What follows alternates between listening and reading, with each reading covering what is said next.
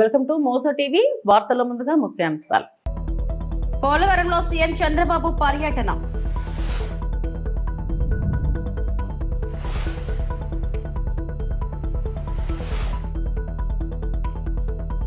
Online betting వ్యవహారంపై SIT ఏర్పాటు. Telangana CM Revanth Reddy.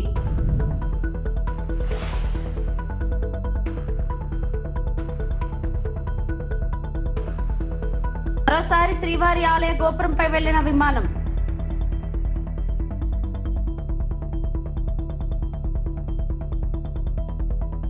$9.74 లక్షల కోట్లు అప్పు పెట్టి వెళ్లారు. అప్పులు, వడ్డీలు, చెల్లింపులు మనం సమయానికి కట్టకపోతే క్రెడిబిలిటీ పోతుంది. ఆ క్రెడిబిలిటీ పోకుండా వ్యవహరిస్తున్నాం.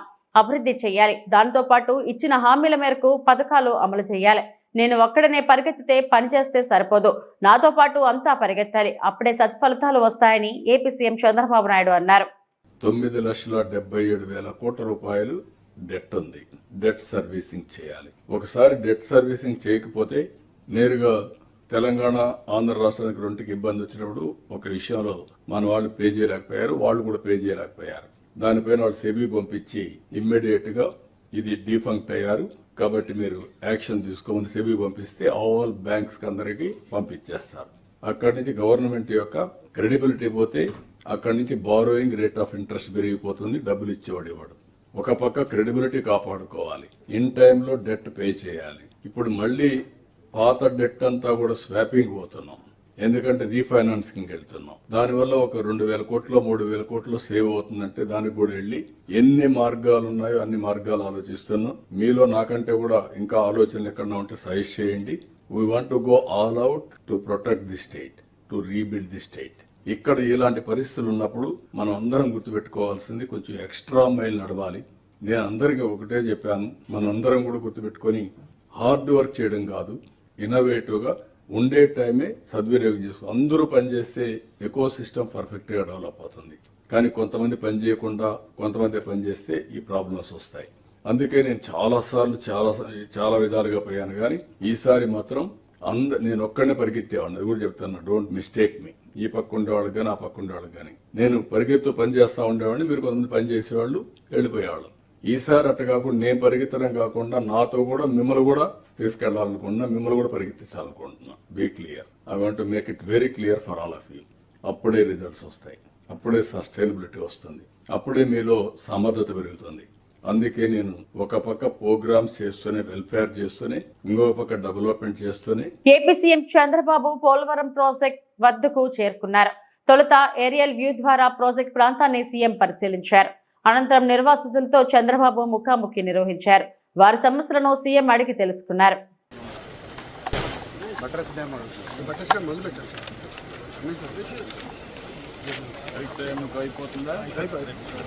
ఇప్పుడు పవర్ ప్రాజెక్ట్ మీరు హిల్ కొడుతున్నారు కదా, స్ట్రాంగ్ గా ఉంది.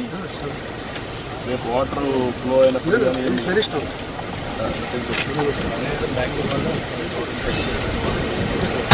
ప్రొటెక్షన్ బాక్స్ అన్ని ఉన్నాయి.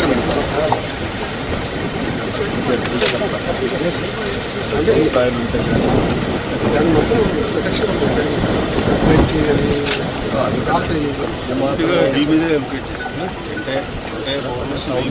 ఉన్నాము. కానీ ఒక్కొక్కసారి బ్రేక్ చేసిన తర్వాత అలాంటి ఏమన్నా ఉంటే పర్మిట్ చేస్తే సార్ టన్నల్స్ చేసినాం కదా సార్.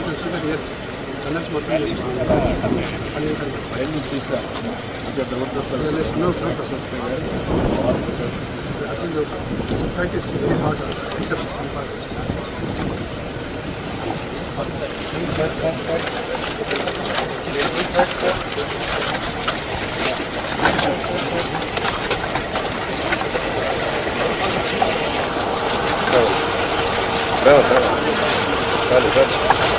త్యాగాలు చేసి భూమి అంతా కూడా పోలవరానికి ఇచ్చారు. ఇచ్చి ఈ రోజు మీరు చూస్తే చాలా ఇబ్బందులు పడ్డారు. ఇంత మునుపు కూడా ఒకసారి మీరు చూస్తే చాలా తక్కువ డబ్బులు ఇస్తే ఆ రోజు నేను వచ్చినప్పుడు భారీగా పెంచి ఇమ్మీడియట్ గా ఆ రోజు చూస్తే 14-19లో 4,311 కోట్ల రూపాయలు మీకు చెల్లించిన ప్రభుత్వం ఆనాటి ఎన్డీఏ ప్రభుత్వం, తెలుగుదేశం అని చెప్పి కూడా నేను మీ అందరికి విజ్ఞప్తి చేస్తున్నా. ఆ తర్వాత మీరు చూస్తే నిన్నటి వరకు 5 సంవత్సరాలు బాధితుల్ని పట్టించుకున్న సందర్భమే లేదు. మీకోసం ఆలోచించిన దాఖలాలు లేవు. కడాన మిమ్మల్ని చూస్తే చాలా బాధేస్తుంది. నేనే మీకు ఒక భరోసా ఇచ్చాను. దానికి కూడా కారణం మీరు చూస్తే 7 మండలాలు తెలంగాణలో ఉండే మండలాలు విభజన జరిగిన తర్వాత మొట్టమొదటిసారిగా ప్రధానమంత్రి గారితో మాట్లాడి ఈ పోలవరం ప్రాజెక్టు పూర్తి కావాలంటే 7 మండలాలు ఆంధ్రప్రదేశ్ కి ఇస్తే తప్ప సాధ్యం కాదని ఒప్పించి ఆ రోజు ఈ మండలాలు తీసుకొచ్చాం. అది నాకు ఒక నైతిక బాధ్యత అని చెప్పి కూడా నేను మీకు తెలియజేస్తున్నా. అందుకే ఎప్పుడు కూడా నేను వీలైనంత వరకు మీకు న్యాయం చేయాలి, అన్ని విధాలు ఆదుకోవాలని చెప్పి ముందుకు పోయాం. ఈ రోజు కూడా ఈ ప్రభుత్వం వచ్చిన తర్వాత 828 కోట్ల రూపాయలు మీ అకౌంట్ లో వేసామంటే అది మాకుండే మీ మీద ప్రేమ, కమిట్మెంట్ అని చెప్పి కూడా నేను మీకు తెలియజేస్తాను. బెట్టింగ్ పేజీ మార్చడానికి సిట్ ఏర్పాట్లు చేస్తున్నట్లు తెలంగాణ ముఖ్యమంత్రి రేవంత్ రెడ్డి అసెంబ్లీలో ప్రకటించారు. ఆన్లైన్ బెట్టింగ్, రమ్మీ పట్ల కఠినంగా వ్యవహరిస్తామని హెచ్చరించారు. ఆన్లైన్ బెట్టింగ్ నేరాల్లో ఏ రకంగా భాగస్వామ్యం ఉన్నా చర్యలు తప్పవని తేల్చి చెప్పారు. ప్రభుత్వం చర్యలు తీసుకోవాలి. పేదలకు తీరని నష్టం జరుగుతుంది. పేదలు బెట్టింగ్ యాప్లతో బలవుతున్నారు, ఆత్మహత్యలు చేసుకుంటున్నారు, రకరకాల ఆందోళనలు చేపట్టడం జరిగింది, మాట్లాడడం జరిగింది. అధ్యక్ష గత ప్రభుత్వమే 2017లో ఆన్లైన్ బెట్టింగ్ కానీ ఆన్లైన్ యాప్ వీటన్నిటి మీద నిషేధం చేస్తూ చట్టం తీసుకొచ్చింది.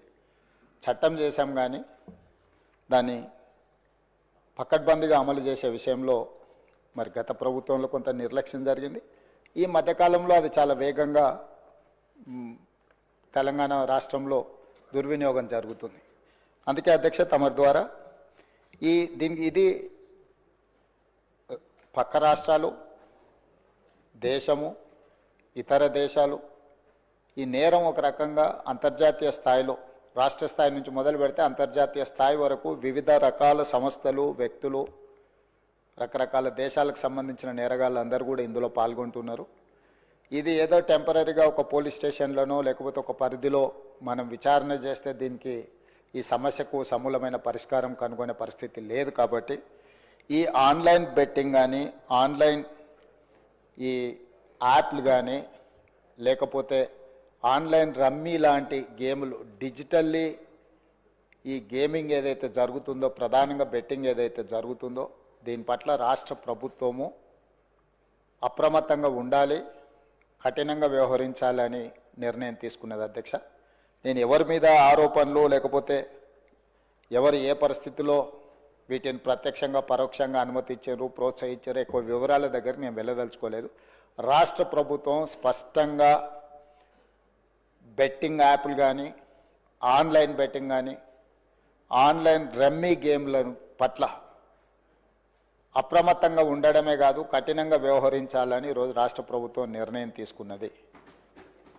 దీన్ని నిరోధించడానికి, నిషేధించడానికి అవసరమైన చర్యలు తీసుకోవడానికి ఒక స్పెషల్ ఇన్వెస్టిగేషన్ టీం, వీలైతే సిబిసిఐడి కానీ లేకపోతే అధికారులతో సమీక్ష చేసిన తర్వాత ఒక స్పెషల్ ఇన్వెస్టిగేషన్ టీంని వేసి కఠినంగా వ్యవహరించాలని చెప్పి ఈరోజు రాష్ట్ర ప్రభుత్వం నిర్ణయం తీసుకున్నది. అధ్యక్ష అదేవిధంగా గతంలో చేసిన చట్టంలో దీంట్లో ప్రధానంగా 2 సంవత్సరాల కంటే మించి శిక్ష కూడా లేదు.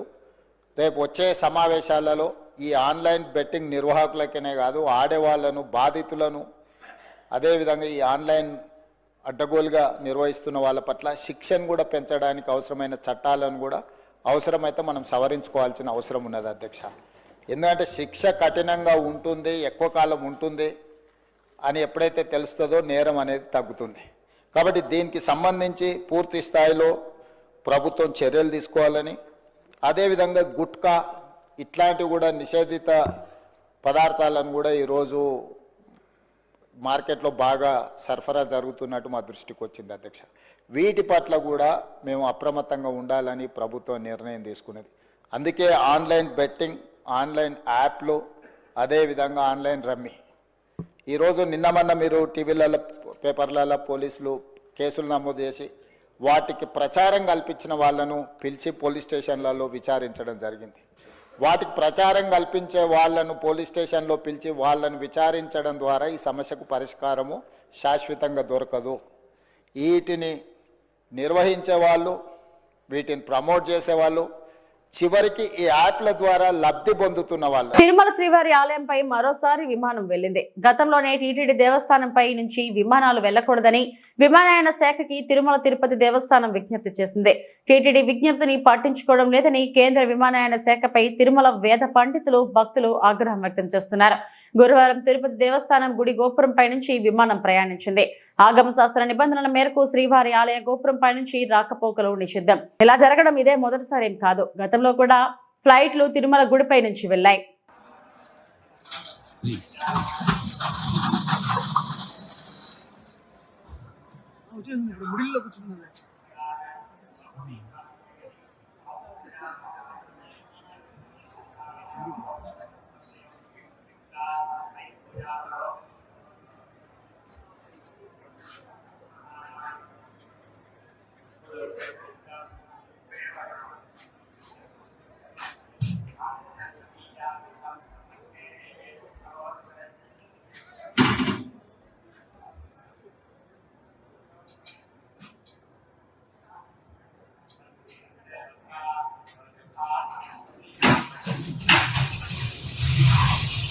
చంద్రబాబు వస్తేనే పోలవరం ప్రాజెక్టు పనులు వేగవంతం అవుతాయనే నమ్మకంతోనే కేంద్రం నిధులు విడుదల.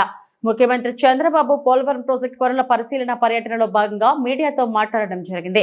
చంద్రబాబు గారిపై నమ్మకంతోనే 2 విడతల్లో 5,050 కోట్లు ప్రధాని మోడీ విడుదల చేశారు. 2025 డిసెంబర్ నాటికి డీవాల్, 2027 డిసెంబర్ నాటికి పోలవరం ప్రాజెక్టు పూర్తి చేసేలా షెడ్యూల్ ప్రకారం పనులు చేస్తున్నామని డాక్టర్ నిమ్మల రామానాయుడు అన్నారు. పోలవరం ఒక జీవనాడి, ఒక వరం, భవిష్యత్తులో కరువు రహిత రాష్ట్రంగా మార్చేటువంటి పోలవరాన్ని ఆ రోజు 72% చంద్రబాబు నాయుడు గారు 14-19లో పూర్తి చేస్తే, మొన్న రెండవసారి కూడా పోలవరం క్షేత్రస్థాయి పర్యటనకు వచ్చి ఒక షెడ్యూల్ని, అంటే డయాఫ్రామ్ వాల్ని ఎప్పుడు ప్రారంభిస్తాం, ఎప్పుడు పూర్తి చేస్తాం, ఎర్త్కమ్ రాక్ఫీల్డ్ డ్యామ్, మెయిన్ డ్యామ్ ఎప్పుడు ప్రారంభిస్తాం, ఎప్పుడు పూర్తి చేస్తాం, ఇట్లా ఒక షెడ్యూల్ని కూడా మీ అందరి సమక్షంలోనే ఈ పోలవరంలోనే అనౌన్స్ చేసినటువంటి పరిస్థితి ఉంది. ఇప్పుడు మళ్ళీ 3వసారి, అంటే ఈ కూటమి ప్రభుత్వ అధికారం వచ్చిన తర్వాత మళ్ళీ ఈ రోజు వచ్చి ఇచ్చినటువంటి షెడ్యూల్ ప్రకారం ఆ వర్క్స్ ఎంతవరకు జరుగుతున్నాయనే దాని మీద ఇప్పుడు చంద్రబాబు నాయుడు గారు కూడా మరి వర్క్స్ ఇన్స్పెక్షన్ చేయడం జరుగుతుంది. అదేవిధంగా ఎవరైతే నిర్వాసితులు ఉన్నారో వాళ్ళు కూడా, ఎందుకంటే ధన్యవాదాలు, ఎందుకంటే గత వైఎస్ఆర్సీపీ 5 సంవత్సరాల ప్రభుత్వంలో ₹1 మరి నిర్వాసితులకు అందలేదు. ఒక అర్బస్తా సిమెంట్ పని కూడా కాలనీకి చేయలేనిటువంటి స్థితిలో మొన్న 2017లో 800 కోట్ల రూపాయలు చంద్రబాబు నాయుడు గారు ఎవరు ముఖ్యమంత్రిగా ఉండి ఇచ్చారు. మళ్ళీ మొన్న 2025 జనవరి 1 మరి ఫస్ట్ వీక్లోనే మళ్ళీ 830 కోట్ల రూపాయలు చంద్రబాబు నాయుడు గారు ముఖ్యమంత్రిగా ఉండగా, అంటే నిర్వాసితులకు అందినటువంటి సాయం ఆ రోజు చంద్రబాబు నాయుడు గారే, ఈ రోజు చంద్రబాబు నాయుడు గారే, మధ్యలో ఉన్నటువంటి జగన్మోహన్ రెడ్డి 5 సంవత్సరాల్లో మరి ఇచ్చింది 0 అనేటువంటి భావంతో ఇవాళ నిర్వాసితులు కూడా మరి చంద్రబాబు నాయుడు గారిని కలిసి కృతజ్ఞతలు కూడా చెప్పబోతూ ఉన్నారు. మరి చాలా క్లియర్గా ఈరోజు ఆ యొక్క నిర్వాసితులతోటి మాట్లాడిన అనంతరం ఏదైతే ఈ యొక్క పోలవరానికి సంబంధించి మరి ఫస్ట్ పాయింట్గా బట్రస్ డ్యామ్ ఏదైతే ఉందో, అంటే అప్పర్ కాపర్ డ్యామ్ని స్ట్రెంగ్తన్ చేయడం కోసం, ఎందుకంటే ఇప్పటికే సీపేజ్ అవుతుంది అప్పర్ కాపర్ డ్యాము, దాన్ని మనం లిఫ్ట్ చేస్తూ ఉన్నాం వాటర్ అంతటిని కూడా.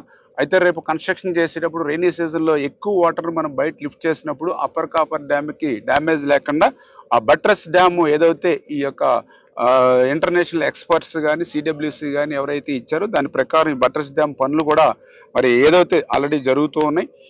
7,50,000 క్యూబిక్ మీటర్లు బట్రస్ డ్యామ్ చేయవలసి ఉండగా మరి మొన్ననే 1 వీక్ బ్యాక్ ప్రారంభించి 20,000 క్యూబిక్ మీటర్లు చేశారు. రిమైనింగ్ బ్యాలెన్స్ కూడా ఈ మే 30వ తారీఖున కంప్లీట్ చేయాలనేటువంటిది ఏదైతే ఉందో అది ఆ పాయింట్ నోటి ఆయన పరిశీలిస్తారు. అదేవిధంగా ద సెకండ్ పాయింట్గా ఏదైతే గ్యాప్ 1లో, అంటే రేపు ఈసీఆర్ఎఫ్ డ్యాము ఏదైతే మనం ఏప్రిల్లో ప్రారంభించాలని గ్యాప్ 1లో ఏదైతే అనుకుంటున్నామో అవన్నీ కూడా ఈ మంత్ ఎండింగ్కి డిజైన్స్ తీసుకుని ఏప్రిల్ ఫస్ట్ వీక్లో ఆ గ్యాప్ 1 దగ్గర కూడా ఈసీఆర్ఎఫ్ డ్యామ్ ఏదైతే స్టార్ట్ చేయాలని అనుకుంటున్నారో ఆ పనులు కూడా ఈరోజు చంద్రబాబు నాయుడు గారు పరిశీలించడం జరుగుతుంది. అదేవిధంగా మూడవదిగా ఏదైతే డయాఫ్రమ్ వాల్, అంటే ఏదైతే 1,396 మీటర్ల డయాఫ్రమ్ వాల్ ఏదైతే ఉందో మరి అది ఇప్పటికి 158 మీటర్లు ఈ రోజుకి కంప్లీట్ అయినటువంటి పరిస్థితి. ఇప్పటి వరకు మనం జనవరి 18న మనం స్టార్ట్ చేసుకుని ఇంకా రిమైనింగ్ బ్యాలెన్స్ అనుకున్న షెడ్యూల్ ప్రకారం, ఎందుకంటే చంద్రబాబు నాయుడు గారు ఇచ్చింది 2025 డిసెంబర్ కల్లా డీవాల్ పూర్తి కావాలి కాబట్టి ఆ షెడ్యూల్ ప్రకారం ఆ యొక్క మీటర్స్ కానీ ఆ చదరపు మీటర్లు కానీ ఏ రకంగా జరుగుతుంది అనేది ఇంకా ఏదైనా ఆయన సజెషన్స్ కానీ మోడల్స్ కానీ ఏదైనా ఉంటే ఇంప్లిమెంటేషన్ గా ఆ డీవాల్ ను కూడా ఈ రోజు పరిశీలన చేస్తారు. అదేవిధంగా 4వ పాయింట్ గా ఏదైతే గ్యాప్ 2 ఏదైతే ఉందో అక్కడ కూడా ఈసీఆర్ఎఫ్ డ్యామ్ అంటే డయాఫ్రామాల్ పూర్తయిన తర్వాత ఈసీఆర్ఎఫ్ డ్యామ్ నిర్మాణం చేస్తే అది మరి టైం మరి డిలే అవుతుందనే ఉద్దేశంతో డయాఫ్రామ్ వాల్ నిర్మాణం అవుతుండగానే ప్యారలల్ గా ఈసీఆర్ఎఫ్ డ్యామ్ కూడా నిర్మాణం చేసుకోవచ్చు అని ఏదైతే ఇంటర్నేషనల్ ఎక్స్పర్ట్స్ కానీ సిడబ్ల్యూసీ అనేది ఇచ్చారో దాని ప్రకారం ఆ గ్యాప్ 2 లో కూడా మరి రేపు నవంబర్ నుంచి అక్కడ ఈసీఆర్ఎఫ్ డ్యామ్ ప్రారంభించేటువంటి విధంగా నవంబర్లో ఈసీఆర్ఎఫ్ డ్యామ్ ప్రారంభించాలనంటే అక్కడ ఏదైతే శాండ్ ఏదైతే వైబ్రో కాంపాక్షన్ ఏదైతే ఉందో అది ఆల్రెడీ మరి 1,60,000 క్యూబిక్ మీటర్లకి ఇప్పుడు దగ్గర 70,000 క్యూబిక్ మీటర్ల వరకు ఇక్కడ వరకు పని జరిగినటువంటి పరిస్థితి. ఇది కూడా మరి కంప్లీట్ చేసుకుని చాలా స్పీడ్ గా అది కూడా ఆ షెడ్యూల్ ప్రకారం జరిగేటువంటి విధంగా ఈ 4 పాయింట్స్ ను కూడా ఈ రోజు చంద్రబాబు నాయుడు గారు గ్రౌండ్ లెవెల్లో క్షేత్రస్థాయి పర్యటన చేసి తర్వాత మరి అధికారులతోటి ఏజెన్సీలతోటి కూడా తను పరిశీలించిన అంశాల మీద రివ్యూ జరిపి ఖచ్చితంగా 25 డిసెంబర్ కల్లా డీవాల్ పూర్తవ్వాలి, 27 డిసెంబర్ కల్లా మొత్తం పోలవరం ప్రాజెక్టు పూర్తవ్వాలనేటువంటి ఏదైతే ఆయన ఇచ్చినటువంటి షెడ్యూల్ని రివ్యూ చేస్తారు. అనపర్తి నియోజకవర్గం రంగంపేట మండల ప్రజా పరిషత్ సర్వసభ్య సమావేశం జరిగింది. రంగంపేట మండలం రంగంపేట ఎంపీడీఓ కార్యాలయంలో మండల ప్రజా పరిషత్ సర్వసభ్య సమావేశంలో పాల్గొని అధికారులు, ఎంపీటీసీలు, సర్పంచులతో మండలంలోని వివిధ సమస్యలపై చర్చించి పరిష్కరించే దిశగా చర్యలు తీసుకోవాలని అధికారులను ఆదేశించడం జరిగింది. అదేవిధంగా కూటమి ప్రభుత్వం అధికారంలోకి వచ్చిన 9 నెలల కాలంలో నియోజకవర్గంలో జరిగిన అభివృద్ధి, అలాగే రంగంపేట మండలంలో జరిగిన అభివృద్ధిని వివరించి మండలం అభివృద్ధి విషయంలో పార్టీలకు అతీతంగా అందరూ సహకరించాలని కోరిన అనపర్తి శాసనసభ్యులు నల్లమిల్లి రామకృష్ణారెడ్డి ఈ సమావేశంలో అధికారులు, జెడ్పీటీసీ, ఎంపీపీ, ఎంపీటీసీలు, సర్పంచులు, ముఖ్య నాయకులు పాల్గొన్నారు. ఎంతకాలానికి నవరాత్రాలు మొదలు పెట్టారనేది ఒకసారి ఆత్మపరిశీలన చేయండి. మరి ఇవాళ తల్లికి వందనం గురించి తప్పుడు ప్రచారం నిర్వహిస్తూ ఉన్నారు. అకాడమిక్ ఇయర్ స్టార్ట్ అవ్వకుండా తల్లికి వందనం ఏ విధంగా మొదలవుతుందండి? అకాడమిక్ ఇయర్ మొదలైన తర్వాత తల్లికి వందనం మొదలు పెట్టడం జరుగుతుంది అనేది ఇప్పటికే ముఖ్యమంత్రి గారు స్పష్టంగా చెప్పారు. దానికి బడ్జెట్లో అమౌంట్ కూడా పొందుపరచడం జరిగింది. అదేవిధంగా మిగిలిన సంక్షేమ కార్యక్రమాలు ఇవాళ పెన్షన్ ఏ విధంగా సామాజిక పెన్షన్ని 2,000 రూపాయలు ఉన్న పెన్షన్ 3,000 చేస్తానని ఒక తప్పుడు హామీ ఇచ్చి ఆ 3,000 చేయడానికి 5 సంవత్సరాలు నడిపిన ఘనత గత ప్రభుత్వాన్ని. ఇవాళ 4,000 చేస్తామని హామీ ఇచ్చి మొదటి నెలలోనే పాత ఏరియాలతో మొత్తం 7,000 ఒకేసారి ఇచ్చిన ఘనత ఇవాళ కూటమి ప్రభుత్వాన్ని. ఈ విధంగా ప్రతి అంశంలోని ప్రజల యొక్క సంక్షేమాన్ని, ప్రజల యొక్క అభివృద్ధిని, రాష్ట్ర ప్రయోజనాన్ని దృష్టిలో పెట్టుకుని ఇవాళ ముందుకు వెళ్ళడం జరుగుతూ ఉంది. ఇవాళ కేంద్ర ప్రభుత్వంతో సత్సంబంధాల వల్ల పెద్ద ఎత్తున మనకి ఇక్కడ నిధులు వస్తూ ఉన్నాయి. దాన్ని సద్వినియోగం చేస్తూ ఉన్నారు. అదేవిధంగా ఈ మండలానికి సంబంధించి ప్రధానంగా సాగునీరు చాగల్నాడు, వెంకటనగరం 2 పథకాలని నిర్వీర్యం చేశారు. ఇవాళ పెద్ద ఎత్తున కాకపోయినా మొట్టమొదటిగా ఇనీషియల్గా కనీసం 50 లక్షలు ఇచ్చి ముందు వాటిని రిస్టోర్ చేయాలనేది మొన్న మంత్రి గారు కూడా కోరడం జరిగింది. తొందరలోనే ఆ నిధులు ఇచ్చి అనేసి ఇప్పుడే చెప్పారు. ట్రాన్స్ఫార్మర్ ఏదైతే వాళ్ళ జేబుల్లో డబ్బులు ఒక్కొక్క అసిస్టెంట్ ఇంజనీర్, ఒక్కొక్క డెప్యూటీ ఎగ్జిక్యూటివ్ ఇంజనీర్ 57 లక్షల రూపాయలు వాళ్ళ జేబుల్లో వచ్చి ఖర్చు పెట్టిన పరిస్థితి గత 5 సంవత్సరాలు. ఇవాళ పరిస్థితికి భిన్నంగా ఇవాళ ప్రభుత్వం ప్రతి విషయాన్ని నిశ్చితంగా పరిశీలించి అభివృద్ధి, సంక్షేమం ధ్యేయంగా ముందుకెళ్తా ఉన్నాం. నేను ప్రజాప్రతినిధికి విజ్ఞప్తి చేసుకునేది ఒకటే, మీ అందరూ సహకరించండి. మీరు ఎన్నికైనా, మేము ఎన్నికైనా, ప్రజల నుంచి ఎన్నికైనా మనందరి ధ్యేయం ఒకటే, ప్రజల యొక్క ప్రయోజనాలు కాపాడాలి, అభివృద్ధి చేయాలి, సంక్షేమం చూడాలి. దానికి కలిసి రండి. అందరం కలిసికట్టుగా మండలాన్ని అభివృద్ధి చేసుకుందాం, నియోజకవర్గాన్ని అభివృద్ధి చేసుకుందాం. ఇందులో ఎటువంటి పొరపక్షాలకి తావలేదు. ఎన్నికల వరకే రాజకీయాలు. ఎన్నికలు అయిన తర్వాత అభివృద్ధికి అందరం కలిసి ముందుకెడదామని మీ అందరికీ సవినయంగా తెలియజేసుకుంటూ ఇవాళ ఈ కార్యక్రమానికి హాజరైన మీ అందరికీ పేరు పేరున హృదయపూర్వకంగా కృతజ్ఞతలు తెలియజేసుకుంటూ సెలవు తీసుకుంటున్నాను. Thank you. కర్నూలు జిల్లా అద్దోని పట్టణంలో శాసనసభ్యులు క్యాంప్ కార్యాలయం దగ్గరకు వెళ్లి జనసేన బృందం అసెంబ్లీలో మాట్లాడిన తీరును అభినందించడం జరిగింది.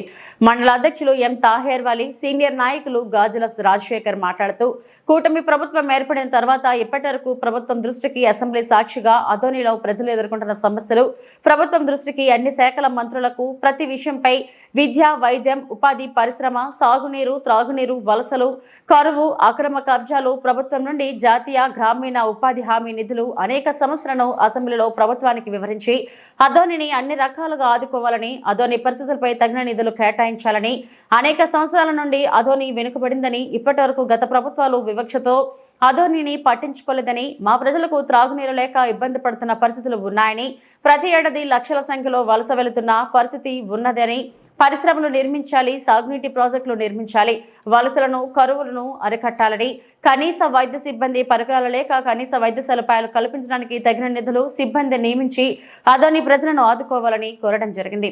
శాసనసభ్యులని అభినందించిన జనసేన బృందానికి కృతజ్ఞతలు తెలియజేశారు.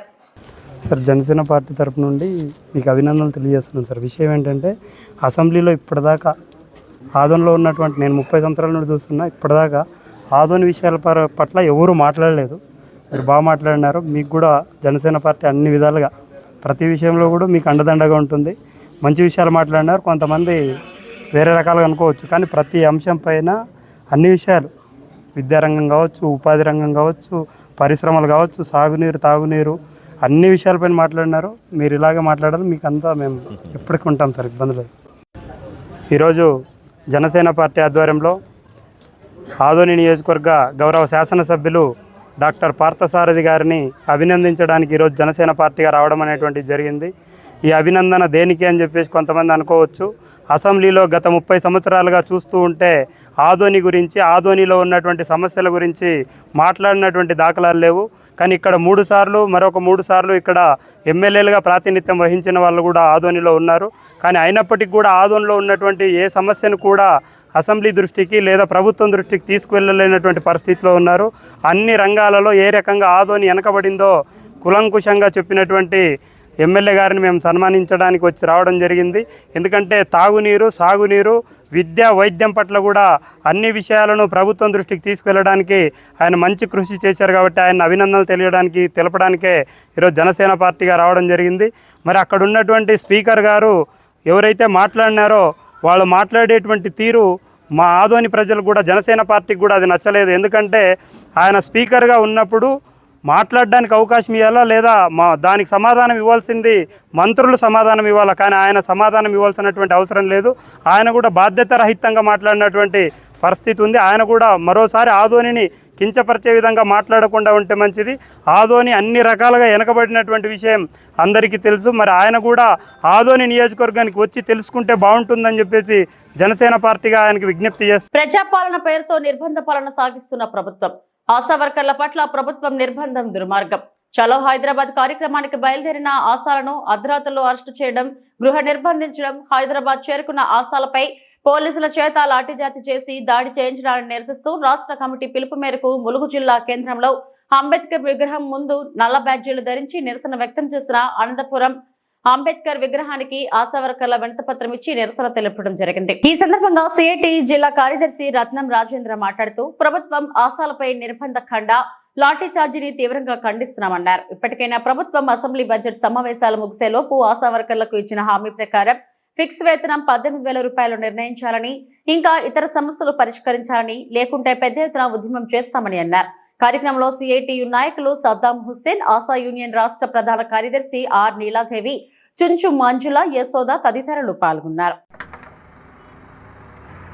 ఖండించండి ఆశాల అక్రమ అరెస్టులను. ఇన్సూర్ వేతనం 18,000 రూపాయలు ఇవ్వాలి. కాంగ్రెస్ మేనిఫెస్టోలో పెట్టిన విధంగా 18,000 రూపాయల వేతనము ఇవ్వాలి. ఫిక్స్డ్ వేతనము అందించాలి. నిరంకుశ పాలన అందించాలి. కాంగ్రెస్ పార్టీ నిరంకుశ పాలన అందించాలి. కాంగ్రెస్ పార్టీ నిరంకుశ పాలన అందించండి. ఆశాల అక్రమ అరెస్టులను అందించండి. ఆశాల అక్రమ అరెస్టులను అక్రమ అరెస్టులను అందించండి. అక్రమ అరెస్టులను అందించండి. ఆశాల అక్రమ అరెస్టులను ఆశాలపై లాఠీ చార్జిని అందించండి. ఆశాలపై లాఠీ చార్జిని అందించాలి. ప్రభుత్వ నిరంకుశత్వం అందించాలి. ప్రభుత్వ నిరంకుశత్వం ప్రభుత్వ నిరంకుశత్వం పరిష్కరించాలి. ఆశాల సమస్యలను వెంటనే పరిష్కరించాలి. ఆశాల సమస్యలను వెంటనే జిందాబాద్ జిందాబాద్ జిందాబాద్ జిందాబాద్.